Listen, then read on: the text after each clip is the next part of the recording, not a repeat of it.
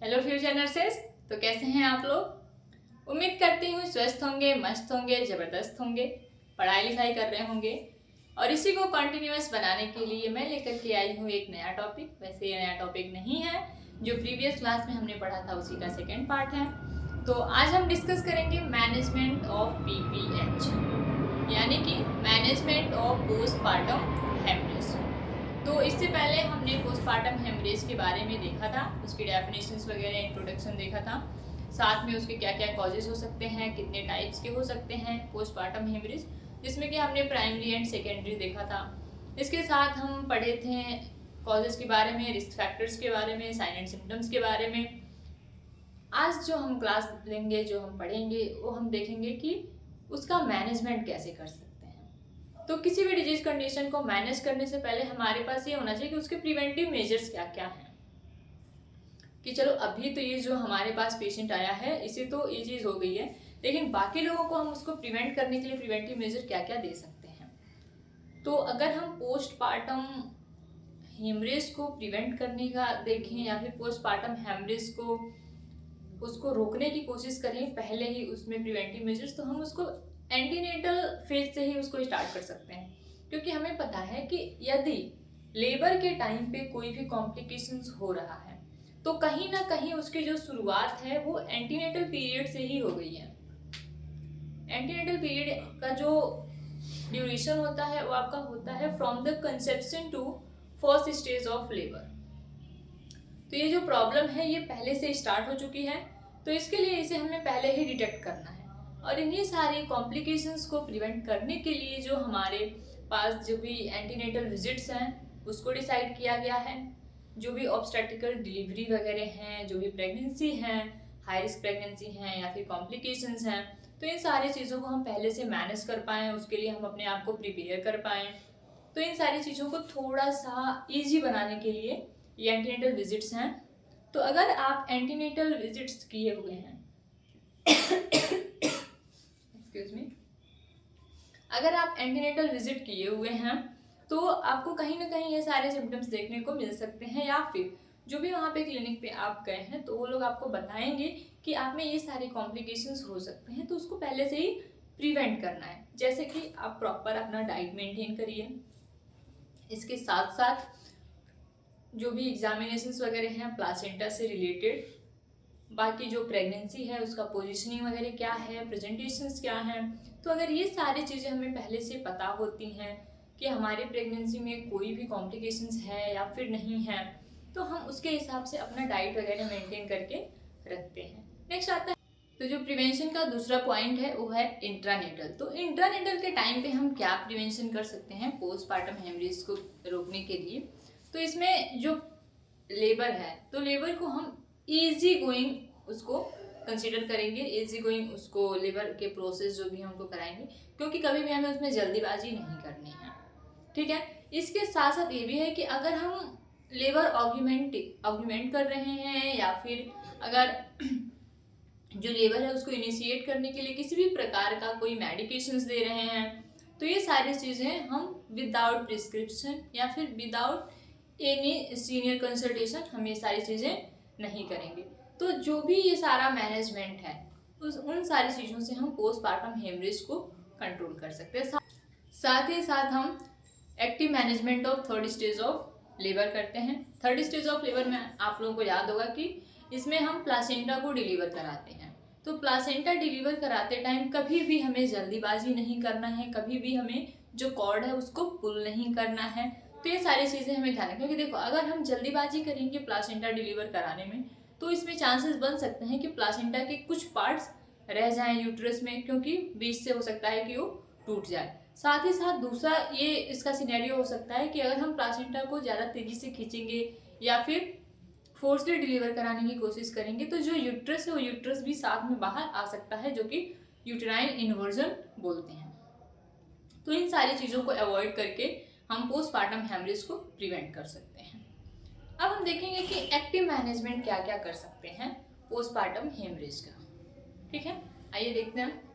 तो सबसे पहले आता है active management of postpartum haemorrhage.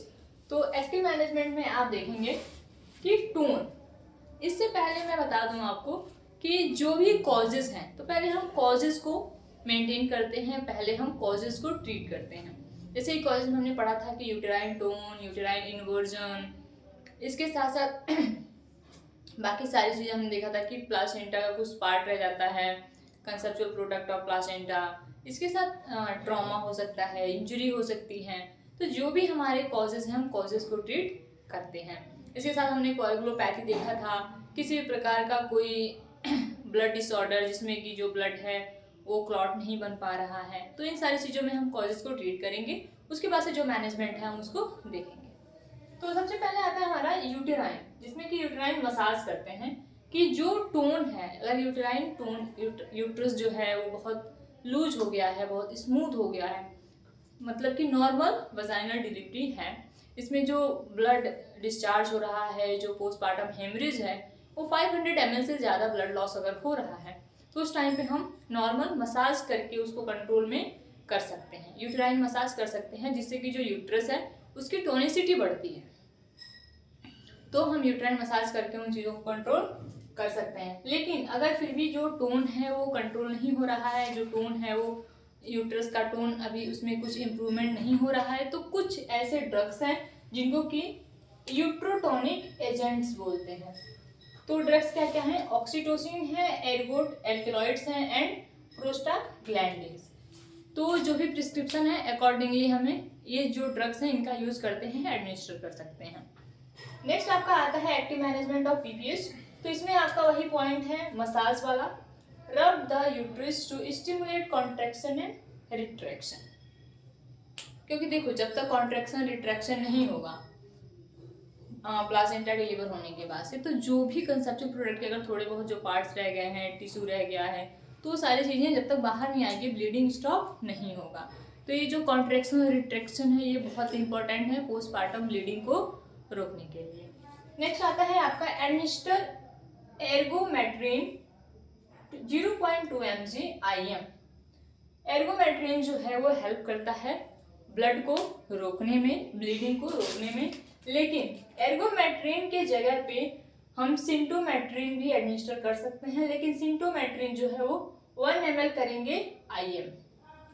ठीक है, तो ये हमारा जो पॉइंट है आप नोट डाउन कर सकते हैं। Administer ergometrine 0.2 mg IM, syntometrine 1 ml IM instead of एर्गोमेट्रिन।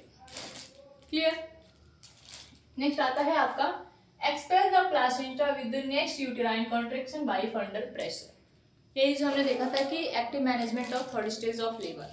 तो इस बात का हमेशा ध्यान रखना है कि जो प्लासेंटा हम डिलीवर कराते हैं के साथ ही उसको डिलीवर कराने की कोशिश करेंगे। ये सेम वैसे जैसे कि हमें याद है कि जब सेकेंड स्टेज ऑफ लेबर रहता है उस टाइम पे अगर मदर बियरिंग डाउन एफर्ट लगाती है, तो हम कभी भी जब कॉन्ट्रैक्शन आता है तो कॉन्ट्रैक्शन के साथ मदर को बोलते हैं बियरिंग डाउन एफर्ट लगाने के लिए, जिससे कि जो फीटस है वो डिसेंट होने में ईजी रहता है। सेम यही कंडीशन हमें फॉलो करना है जब प्लासेंटा डिलीवर हो रहा हो तब। तो जैसे ही कॉन्ट्रैक्शन आएगा तो कॉन्ट्रैक्शन के साथ ही हम प्लासेंटा को डिलीवर करने की कोशिश करेंगे विद द फंडल मसाज या फिर फंडल प्रेशर। अब फंडल प्रेशर फंडल मसाज हम इसलिए करते हैं क्योंकि हमें पता है फीटस के डिलीवर होने के बाद जो यूट्रस है वो एक हॉलो ऑर्गन बन गया है, उसमें कुछ है नहीं, सिर्फ एक प्लासेंटा ही तो है। इसके बाद से वो बहुत ज़्यादा स्मूथ हो गया है। तो अगर प्लासेंटा डिलीवर हो रहा है और हमने यूटेराइन फंडल मसाज नहीं किया या फिर उस पर प्रेशर नहीं लगाया, उसको स्टॉप नहीं किया, तो इसमें चांसेस बन सकता है कि जो प्लासेंटा है तो प्लासेंटा के साथ यूट्रस भी बाहर आ जाए। ठीक है, नेक्स्ट आता है आपका empty the urinary bladder by catheterisation. ये चीज़ हम इसलिए करते हैं कि अगर पोस्टमार्टम हेमरेज हुआ है यानी कि ब्लीडिंग हो रही है, उस टाइम पे हम कभी भी ये चीज़ अलाउ नहीं करते हैं कि मदर जो है वो ऐसे यूरिन पास करे, क्योंकि उससे इन्फेक्शन के चांसेस बहुत ज़्यादा बढ़ जाते हैं, सेप्सिस हो सकता है, सेप्टिक शॉक लग सकता है। तो इसके लिए हम कभी भी जब ब्लैडर एम्प्टी करना होता है तो हम कैथेटराइजेशन के थ्रू ही ब्लैडर को एम्प्टी करते हैं। नेक्स्ट आता है आपका second dose of syntometrine may be given in 10 minutes if bleeding is not controlled. और इसके बाद से हम क्या करते हैं कि यदि जो हमने इतने सारे मैनेजमेंट किए हैं उसके बाद ही ब्लीडिंग स्टॉप नहीं हुआ है, आफ्टर 10 मिनट्स हम क्या करते हैं, जो सिम्टोमेटिक है उसका सेकेंड डोज एडमिनिस्टर करते हैं। ठीक है, तो इससे हम जो ब्लीडिंग है उसको कंट्रोल कर सकते हैं। इसके बाद भी अगर ब्लीडिंग कंट्रोल नहीं होती है, उसको हाइपोवॉलेमिक शॉक वगैरह लग जाता है, तो साथ सबसे पहले तो इसके बाद अगर ब्लीडिंग कंट्रोल नहीं होता है तो हमें 2 यूनिट आपका पैक्ड आरबीसी अरेंज करना है, हम ब्लड ट्रांसफ्यूजन करते हैं। इसके साथ अगर बहुत हाई रिस्क केसेस हो जाता है तो उस टाइम पे हमें रिसोसिटेट भी करना पड़ता है, हाइपोवॉलेमिक शॉक भी लग सकता है, सेप्टिक शॉक लग सकता है। तो ये सारी जो चीज़ें हैं वो कॉम्प्लिकेशंस हैं। ठीक है, तो आज के लिए बस इतना ही। मैनेजमेंट जो मैंने कोशिश किया है वो बहुत ही कि आपको शॉर्ट में बता पाएँ। बाकी अगर ये चाहे तो ये और भी बहुत ज़्यादा इलेबोरेट हो सकता है, जिसमें कि आपको प्राइमरी मैनेजमेंट अलग से बताया जाए, सेकेंडरी मैनेजमेंट अलग से बताया जाए, फिर प्रिवेंशन को एक्सप्लेन किया जाए। ठीक है, लेकिन अभी मैं ये थोड़ा थोड़ा टॉपिक लेके इसलिए चल रही हूँ ताकि आपको इससे अवेयर हो जाएं, थोड़ा सा फैमिलियर हो जाए टॉपिक। उसके बाद से अगर इसको डिटेल में डिस्कस करना है हम वो भी कर लेंगे। तो आज के लिए बस इतना ही। All the very best, thank you.